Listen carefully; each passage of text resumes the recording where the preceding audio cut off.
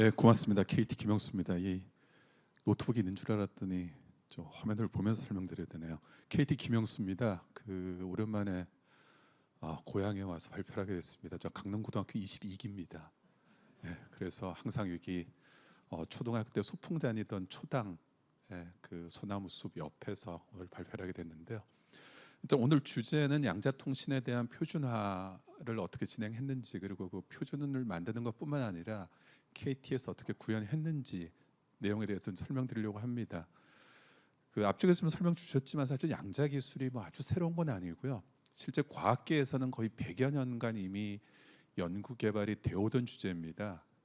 근데 한 2, 3년 전에 그 구글의 양자 컴퓨터가 이제 처음으로 소위 말하는 그 양자 우월성, 그러니까 슈퍼컴퓨터보다 더 연산 능력이 우월하다라는 게 실제 시스템을 구현을 해서 검증을 한 이후로 굉장히 활발하게 지금 산업화가 진행되고 있는 단계고요. 그래서 실제로 이 양자 기술이 저희가 오늘 이 행사를 여는 만큼 이렇게 관심을 많이 가지게 된 거는 한 3, 4년 정도인 것 같습니다. 근데 다행히 표준화 쪽은 그 DTA에서 과기정통과 같이 DTA에서 많은 노력을 해주셔가지고 좀 더 그 앞서 나가고 있는 분야로 말씀드릴 수 있을 것 같고요. 아쉽게도 저희가 이렇게 열심히 한국에서도 양자 기술에 대한 연구 개발을 하고 있지만은 글로벌 전체 그 다른 국가들하고 비교를 했을 때 한국의 기술 수준이 70% 정도라고 얘기를 하고 계세요. 아직 많이 뒤떨어져 있는데 그 중에 거의 유일하게 혹은 한 두세 개 정도에 불과한 글로벌 탑 수준의 분야가 이제 표준 부분입니다. 그래서 그 얘기를 좀 설명드려야 될 것 같고요. 근데 이 표준에 대한 얘기를 어디 가서 발표드리기 되게 조심스러운 게 지금 화면에 보시면은 그 독일의 비스마르크 제상이 한 얘기 중에 그 만들어지는 과정을 차라리 모르는 게 나은 것들이 있다. 그게 이제 소세지가 있습니다. 그 돼지의 피와 내장들을 갈아서 만드는 그 과정을 굳이 볼 필요가 있겠냐라는 얘기고요. 또 하나가 이제 법입니다. 주로 이제 국회의원들이 국회에서 뭐 여러 가지 과정을 거쳐서 만들어지는 그 법에 대한 과정도 굳이 뭐 볼 필요는 없을 것 같다라고 얘기하고 있는데 저는 거기에 대해서 표준을 말씀드리고 싶고요. 표준이라는 얘기는 국제기구에서 하는 표준화 활동은 2주 내내 이런 방안에 갇혀서 아침부터 저녁까지 싸웁니다. 내 기술이 좋네, 네 기술이 좋네 가지고 2주 내내 그 싸우는 그 과정 정말 지루하거든요. 그럼에도 불구하고 그 과정을 거쳐서 나오는 표준이 산업의 경제 성장을 이루는 가장 밑바탕이 되는 기술 기준이기 때문에 꼭 저희가 성취해야 되는 부분인데 왜 지금 양자 기술에 있어서 표준화가 중요하냐라는 얘기를 잠깐 드리고 싶습니다. 그러니까 산업화라는 얘기는 무조건 그 기술을 표준화하는 과정이다라고 보시면 될 것 같아요. 왜냐하면은 특정 기술을 대량 생산을 해서 저비용화하기 위해서는 표준화된 기술이 필요합니다. 그래야지 생산 과정이나 생산 비용을 줄일 수가 있고요. 그리고 또 하나는 그 장비들 혹은 부품들이 나와서 서로 동작을 하게 하기 위해서는 인터오퍼러빌리티가 필요한데요. 그 인터오퍼러빌리티라는 부분들은 무조건 표준입니다. 표준이 없으면 구현이 될 수가 없고요. 그리고 의외로 국가 정책이나 그 통상 정책에 있어서도 표준이 되게 중요합니다. 뒤에 잠깐 얘기를 드릴 예정인데요. 어쨌든 표준 없이는 산업화가 불가능하기 때문에 오늘 제가 양자 분야에 대한 표준을 말씀드리게 됐다라고 보시면 될 것 같습니다. 근데 이 양자 기술에 대한 표준화를 다루는 그 부처, 국가, 그 정부 기관은 사실은 두 개로 나눠져 있습니다. 그러니까 양자 기술에 대한 소재, 부품, 장비에 대한 부분들은 산업부에서 다루고 있고요. 그래서 그 산업부에서도 국가표준원이라는 산하기관이 있고 그리고 표준협회가 그 부분을 다루고 있는데 이런 장비들로 이루어진 어떤 네트워크 그리고 그 네트워크 제공하는 서비스 등에 대한 부분들은 과기정통부가 맡고 있고 산하기관으로 국립전파진흥연구원이 있고요. 그리고 오늘 이 행사의 많은 부분을 준비해 주시는 DTA가 맡고 있습니다. 그래서 오늘 주로 말씀드릴 내용은 오른쪽에 있는 과기정통부와 국립전파진흥원 그리고 DTA와 관련된 내용이 되겠습니다. 아까 제가 처음에 얘기 드렸던 부분 중에 하나가 양자 기술에 대한 표준화는 한국이 꽤 잘하고 있는 그 분야다라고 말씀드렸는데요. 어떤 산업부에서는 지금 IEC에서 SG14라는 그룹을 만들어서 양자 표준화를 하기 위한 그 노력을 주도를 하고 있는데, 물론 이제 아직은 표준이 나온 단계는 아닙니다. 그러니까 표준을 하기 위한 전 단계를 한국이 굉장히 잘 이끌고 있는 부분이 있고요. 그리고 JTC1이라고 불리는 쪽에서는 주로 장비나 어떤 양자 기술에 대한 시험 평가 같은 부분들을 국제 표준을 만들고 있는데, 여기는 안타깝게도 중국이 굉장히 열심히 잘 하고 있습니다. 근데 마지막으로 이제 오늘 제가 주로 말씀드릴 ITU에서는 한국이 굉장히 압도적으로 잘하고 있는 분야다 말씀드릴 수 있을 것 같아요. 그래서 그 ITU에서의 양자기술 표준화는 일단 한국이 세계 최초로 국제 표준을 만들었고, 현재 글로벌 넘버 원 수준에 위치하고 있다고 말씀드릴 수 있을 것 같은데요. 지금 보시면은 2018년에 그 스타디그룹 13, ITU의 스타디그룹 13에서 세계 최초의 표준을 제안을 했었고, 그 표준이 2019년에 승인을 받았습니다. 그리고 그 이후에 현재 와이닷 3800으로 불리우는 그 세계 최초 양자모 네트워크 표준에 대한 후속 표준들이 한 40개가 추가로 개발되고 있고요. 그래서 그 40개 중에서도 어쨌든 한국이 되게 압도적으로 잘 하고 있다라는 얘기 드리고 싶었습니다. 여기 그림이 하나 빠져 있네요. 그러니까 양자모 네트워크라는 표준화를 저희가 그 처음으로 제안하게 됐던 가장 큰 배경은, 그 이전까지 유럽 중심의 양자기술 표준은 항상 통신 회선, 한 회선에 한 세트의 양자모 장비가 연결돼야 되는 구조입니다. 그 얘기는 뭐냐면은 KT는 지금 저희가 한 10만 회선 정도의 광 케이블을 갖고 있거든요. 그럼 10만 세트의 양자모 장비가 적용돼야 된다는 이슈입니다. 그래서 그거는 통신사 입장에서 너무 비용 부담이 크기 때문에 그러지 말고 한 세트로 적용하는 게 아니라 그 한 세트들로 구성되는 양자모 장비들을 차라리 별도의 네트워크 구조로 만들어가자. 그러면은 그 네트워크 구조로 만들어가게 되면은 비용을 줄일 수 있는 특징이 있기 때문에 새로운 표준화를 통해서 비용 효율적인 기술 개발이 되고, 그러면은 시장에 실제 깔릴 때 좀 더 빠르게 전개될 수 있지 않겠냐라는 게 이제 저희들 제안이었습니다. 그래서 2019년에 그 와이닷 3800으로 이제 명명받은 세계 최초의 국제 표준이 나왔는데요. ITU에서 저 번호를 할당하는 원칙이 있습니다. 그러니까 기존에 있는 표준, 승인된 표준들은 그 번호 체계들을 이미 갖고 있고요. 그러니까 예를 들어서 유명한 그 엠팩 같은 경우에는 H 시리즈입니다. 뭐 H.264, H.267 이렇게 나가고 있고요. 뭐 VoIP도 H 시리즈로 가고 있는데, 네트워크는 Y 시리즈입니다. 그래서 이미 쭉 배정된 번호들이 있어서 IT 쪽에서 그러면은 어떤 번호를 택할래라고 몇 가지 선택권을 줘서 저희 제네바 호텔에서 밤새 고민의 끝에 이제 저희가 결정했던 거는 3800입니다. 저 그거 아시죠? 저희 한국의 민속 오락놀이 중에 가장 높은 폐, 38 광땡을 저희가 희망을 하면서 3800을 선택을 했습니다.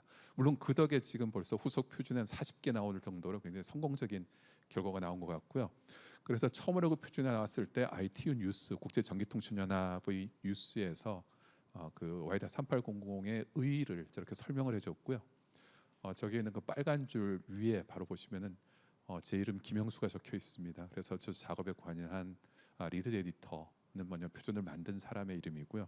그래서 저희가 굉장히 열심히 했다라는 증빙이 되는 것 같습니다.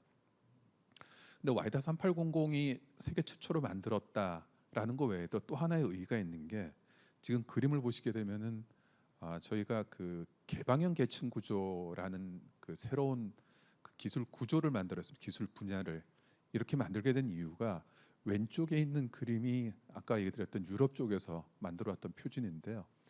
저 장비 한 세트의 한 쌍의 장비에 소요되는 기술들을 보면은 그 안에 물론 당연히 양자 기술이 들어갑니다.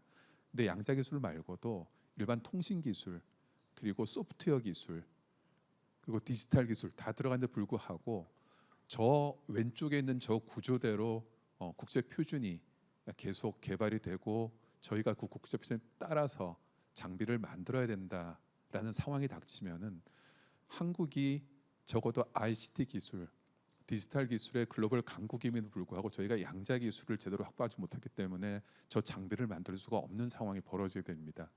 그런 걸 피하기 위해서 저희가 계층 구조를 만들었는데, 계층 구조란 얘기는 양자 기술이 없더라도 지금 그 4개의 박스가 있는 걸 보실 수가 있는데, 흰 박스 3개, 쌓여 있는 박스 2개와 오른쪽에 써 있는 박스 하나는 기존의 하나의 장비에 있던 기능들을 분리를 해서 주로 ICT 기술, 특히 통신 기술 위주로 개발할 수 있는 장비들을 새로 만들어 놨습니다. 그래서 한국이 양자 기술이 없더라도 양자 장비 혹은 양자 산업 생태계에 빨리 접근할 수 있는 저희가 그 표준을 만들었다는 가장 큰 특징인 것 같아요. 물론 양자 기술도 저희가 개발을 해야겠지만은 어쨌든 그 기술 개발에 대한 경쟁에서 뒤지지 않기 위한 국제 표준을 만들었다라는 게 가장 큰 의미가 될 것 같습니다. 그리고 현재까지 그 와이다 3800이 만들어진 이후에 아까 제가 한 40개 정도의 후속 표준이 만들어지고 있다라고 말씀드렸는데요. 그 표준들은 앞 그림에 보시면은 제가 그 개방형 계층 구조로 만들었다고 말씀드렸는데, 그러니까 그 이후에 표준들은 뭐냐면은 저기에 있는 각 박스들이 어떤 기능들로 구현돼야 될지, 그리고 어떤 물리적인 특성 혹은 어떤 인터페이스, 어떤 프로토콜로 만들어야 될지 대해서 이제 후속 표준들이 계속 개발이 됐던 게 이 슬라이드고요. 근데 이 슬라이드를 보시게 되면 현재까지, 그러니까 지난 7월 회의까지 ITU에서 승인받은 공식 승인받은 표준은 총 15개입니다. 3800에서 3814까지입니다. 근데 거기에 보면은 저기 그 제가 빨간 박스를 친 저 표준들이 그 KT를 포함한 한국에서 만든 표준들이고요. 물론 그 외에 박스 치지 않은 표준들은 중국이나 일본, 스위스, 영국 이제 등등에서 만든 겁니다. 근데 오른쪽에 있는 개발 중인 표준들을 보시게 되면은 역시 많은 부분들은 저희 한국에서 개발 중에 있는데, 그 왼쪽에 비해서 좀 전반적인 그 한국의 점유율이 조금 약화된 걸 보실 수 있을 것 같습니다. 그래서 박스, 그러니까 붉은 박스가 쳐지지 않은 그 나머지 많은 그 개발 중인 표준들은 사실은 대부분 중국에서 제안을 하고 개발을 하고 있습니다. 그래서 중국이 굉장히 공격적으로 국제 표준화를 이끌고 있고요. 그리고 다른 아까 앞에서 다른 연사분이 말씀해 주셨던 양자의 3대 분야, 양자 컴퓨터, 양자 센서, 양자 통신 중에서 적어도 양자 통신 분야에서만큼은 중국이 미국을 앞설 정도로 굉장히 잘하고 있는 분야이긴 합니다. 그래서 국제 표준에 있어서도 중국이 굉장히 공격적으로 잘 하고 있는 상황입니다. 그래서 이제 저희 KT에서 저렇게 그 국제 표준을 앞서서 미리 좀 많이 만들고 잘 그 글로벌 넘버 원의 위치까지 갔다라고 말씀드렸는데요. 표준만 만드는 게 아니라 저희 KT에서는 그 표준을 가지고 실제 장비까지 만들어서 지금 비즈니스를 할 수 있는 단계까지 와 있습니다. 그래서 왼쪽에 보시면은 그 양자키 생성 분배 장치, 그리고 양자키 관리 장치 이제 등등이 있는데요.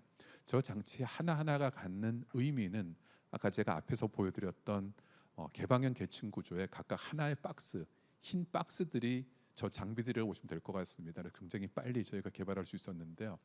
그 이유 중에 하나는 KT에서는 저희 연구소에서 저희 연구원들이 직접 자체 개발을 했습니다. 그러니까 표준을 보고 그 장비들을 만들었는데, 저희가 만든 거는 일단 기본적으로 프로토타입입니다. 바로 시장에서 쓸 수 있는 게 아니라 연구실에서 실험할 수 있는 정도의 수준의 장비를 만들었고요.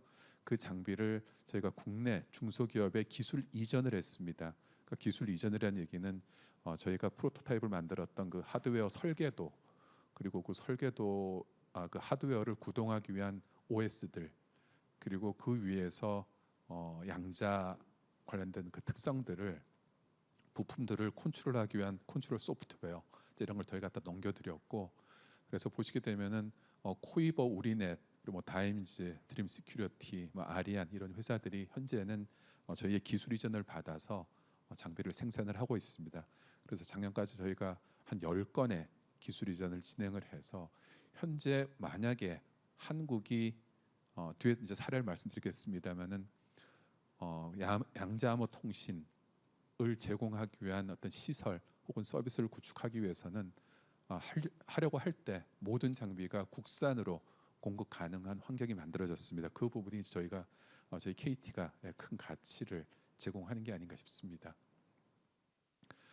네, 제가 아까 그 얘기 드렸는데 지금 보시면은요, 저희가 한 3년에 걸쳐서 장비들을 굉장히 빨리 개발을 해왔습니다. 그래서 보시면 제일 왼쪽에 있는 부분이 저희가 처음에 프로토타입을 만들었고요. 지금 2019년 정도로 나온 걸로 보이는데요. 예, 그 이후로 2022년까지 굉장히 공격적으로 저희가 장비를 만들어냅니다. 여기 있는 장비들은 기술 이전을 한 장비도 있고요. 아니면 여전히 저 연구소에서 프로토타입으로 개발을 여전히 좀 더 상용화를 위한 전 단계까지 저희가 개발을 하고 있는데, 지금 보시면 되게 속도가 빠릅니다. 2, 3년 안에 저희가 무선 양자모 통신 장비까지 만들어 놨어요. 그렇게 빠른 이유가 아까 앞에 개방형 계층 구조라는 표준에서 얘기 드렸듯이 그 ICT 기술 위주로 만들 수 있는 장비들은 저희가 기술 이전을 해서 기존의 중소기업들이 계속 버전업을 해주고 계세요. 그러니까 저희의 KT의 연구 인력들은 그 ICT 기술은 이제 중소기업에 맡기고 이제 저희는 양자 기술만 집중을 해왔기 때문에 이제 저희가 국내에서 최초로 여기 보시면은 그 와이어리스 QKD 모듈이라고 되어 있는데요. 저거는 이제 무선 양자모 통신입니다. 생각보다 무선 양자모 통신이 좀 어려운 기술인 게, 지금까지 양자모 통신 장비에는 양자 신호를 광 케이블을 통해서 전달을 합니다. 근데 광 케이블이라는 거는 양자 신호를 그 전달하기 위한 일종의 그 경로 역할을 해주고 있기 때문에 100km까지는 양자 신호 전달이 가능합니다. 근데 문제는 무선일 경우에는 저희가 공중에 띄워야 되는데 이 먼지들 그리고 아지랑이 비, 눈 모든 게 간섭을 일으킵니다. 그래서 생각보다 무선으로 전송하기가 되게 어렵습니다. 근데 다행히 저희가 작년에 그 아마 청평쯤이었던 것 같아요. 2km 구간에 대해서 일단 양자 신호 전송 성공을 했고요. 이제 올해는 아마 10km 이상 저희가 양자 신호를 무선으로 전송하는 기술을 개발을 완료할 예정입니다. 그 무선 신호가 중요한 이유는 광 케이블을 사실 설치하기 어려운 곳이 꽤 많습니다. 그러니까 예를 들어서 암석이 굉장히 단단한 곳이라거나 혹은 건물이 굉장히 노후화된 경우, 그리고 군과 같이 그 어떤 작전 지역이 계속 이동할 경우에는 저희가 광 케이블을 깔아서 양자모 통신 제공이 어렵거든요. 그럴 때는 무선으로 바로 제공하는 게 가장 좋은 방법이기 때문에 저희가 무선을 개발을 하고 있고요. 그 이후에도 국방 쪽이나 이제 정부하고 같이 협업을 해서 위성까지 저희가 개발해볼 계획을 갖고 있습니다. 강원도청에서 설명을 해주신 부분인데요. 과기정통부에서 한 3년에 걸쳐서 시범 인프라 사업을 한번 준비를 해주셨습니다. 그래서 거기에 참여를 해서 KT에서 여러 지자체 그리고 여러 산업기관, 산업체에 적용을 해왔는데, 그 중에 강원도는 특수하게도 유일하게 2년에 걸쳐서 연속으로 저희가 양자모 장비를 설치를 했습니다. 그 첫 해는 춘천에 있는 도청과 시청 간의 안전센터에 그 트래픽 오고 가는 데 대해서 저희가 시큐리티를 위해서 양자모 통신 기술을 적용을 해드렸었고요. 그리고 작년 같은 경우에는 당시 도지사님이 되게 그 피를 토하면서 얘기해 주셨던 게 있어요. 그러니까 뭐냐면은 예전에 그 북한에서의 황남댐이 범람했을 때 그 북한에서 황남댐 수문을 열어서 홍수가 남쪽에 났는데 그 정보를 군에서는 미리 알고 있었음에도 불구하고 도청에 알려줄 수가 없었다. 왜냐하면 첫 번째는 이미 우리 군이 그 상황을 알고 있다라는 것은 우리 군의 역량을 외부에 알려주는 거기 때문에 그 정보를 민 쪽에 알려주기 어려웠다는 부분이 있었고, 그리고 혹시나 그런 정보들이 오고 간다라는 거를 과연 보안이 확보된 상황에서 민과의 통신이 도청과의 통신이 가능하겠냐라는 우려가 있었다라고 그럽니다. 그래서 저희가 그 부분에 대한 우려를 해소할 수 있는 방법이 양자모 통신이라고 생각을 했고, 그래서 양자모 통신 기술을 작년에 적용했던 거는 지금 2군단하고 강원도청 간의 양자모 통신을 적용을 했고요. 그리고 또 하나 오른쪽에 보시면은 양자모 드론입니다. 이거는 아까 역시 강원도청에서 말씀 주신 것처럼 강원도의 어떤 특화 사업 중에 하나인 수소 드론에 저희가 양자모 기술을 적용을 해서 만약 양자모 드론이 군부대 근처에 있는 예를 들어 실종자 수색에도 활용될 수 있지 않을까. 왜냐하면 특히나 군부대 근처에서 실종자 수색을 위한 드론을 활용하는 건 사실 불가능하지 않습니까? 어쨌든 군부대 정보를 유출할 수 있는 우려가 있기 때문에. 그래도 그렇지만 양장을 적용할 경우에는 그런 우려가 없을 수 있다라는 인식이 확인이 됐고, 그래서 그 덕에 저렇게 적용을 하게 됐습니다. 그리고 또 하나는 아까 그 이모빌리티에 대한 얘기를 해주셨는데요. 이미 저희가 2022년에 제주도에 전기자동차를 포함한 CITS 그 그게 컬래버러티브 뭐죠? 인포메이션 트랜스포테이션 시스템인가요? 그래서 아마 광고를 보셨을 거예요. 저기 엠브런스가 제주 도심을 질주를 할 때 CITS 센터에서 그 교통 신호 체계를 계속 조정을 해줘서 쉬지 않고 달릴 수 있도록 하는 그게 이제 ITS 체계입니다. 그래서 그 ITS 체계의 정보가 전기자동차하고 오고 가야 되는데 그럴 때 역시 누군가가 해킹을 해버리면 교통 시스템이 마비가 되니까 그걸 방어하기 위해서 저희가 그 양자 내성 암호라는 신기술과 더불어서 양자 암호 통신을 적용을 했었습니다. 그리고 이제 이런 부분들에 대해서 적용에 맞지 않고 KT에서 작년에 양자 암호 그 전용 회선이라는 서비스를 출시를 했고요. 이거는 이제 군이나 혹은 지자체에서 저희 KT의 전용 회선을 그 이용을 하실 때 보안에 대한 우려를 덜어드릴 수 있도록 양자모가 적용된 전용 회선을 저희가 판매를 시작을 했습니다. 그래서 강원도청에서도 좀 구매를 해주시면은 저희가 표준화뿐만 아니라 기술 개발에 좀 더 힘을 얻을 수 있지 않을까 싶어서 설명을 해드리게 됐고요. 근데 지금까지 쭉 얘기드린 그 기술들을 적용을 했다고 말씀드렸는데 가장 중요한 부분이 하나가 있습니다. 그거를 구축을 해놓고 운영 관리를 해줘야 되거든요. 그러니까 예를 들어서 기술이 아직은 어렵기 때문에 예를 들어 저희가 강원도청에 구축을 해드렸는데 강원도청에 근무하고 계신 기술 전문가분들이 사실 그 장비에 대한 문제가 생겼을 때 수리를 하거나 뭔가 운영 관리에 대한 계산하기 되게 어려우시거든요. 그래서 그걸 해결할 수 있는 방법이 저희가 IT에서 표준을 만든 그 내용 중에 Y.3804라는 표준이 있습니다. 이거는 양자암호 장비들이 구축된 네트워크를 원격지에서 운영 관리할 수 있는 기술을 표준화했고요. 그래 그 표준에 따라서 저희가 운영 관리 장비를 개발을 했고 그 운영 관리 장비는 현재 저희 KT의 과천에 있는 KT 그 네트워크 통신 네트워크 운영 관리 센터에 지금 들어가 있습니다. 그래서 KT의 고객이 되시는 모든 그 지자체나 산업체들은 저희가 24시간 모니터링을 하면서 문제가 발생하지 않도록 관리를 해드리고 있습니다. 이 부분도 저희가 만든 국제 표준에 따라서 구현이 돼서 진행이 되고 있습니다. 그리고 또 하나는 사실은 이 장표는 넣을까 말까 좀 조심스러웠는데요. 왜냐하면은 Y.3807이라는 표준은 양자암호 통신 서비스에 대한 품질을 기준을 제공을 하고 그 기준을 평가할 수 있는 그 국제 표준입니다. 이건 어떤 데 활용될 수가 있냐면은 그 인터넷 품질 평가하는 거 아시죠?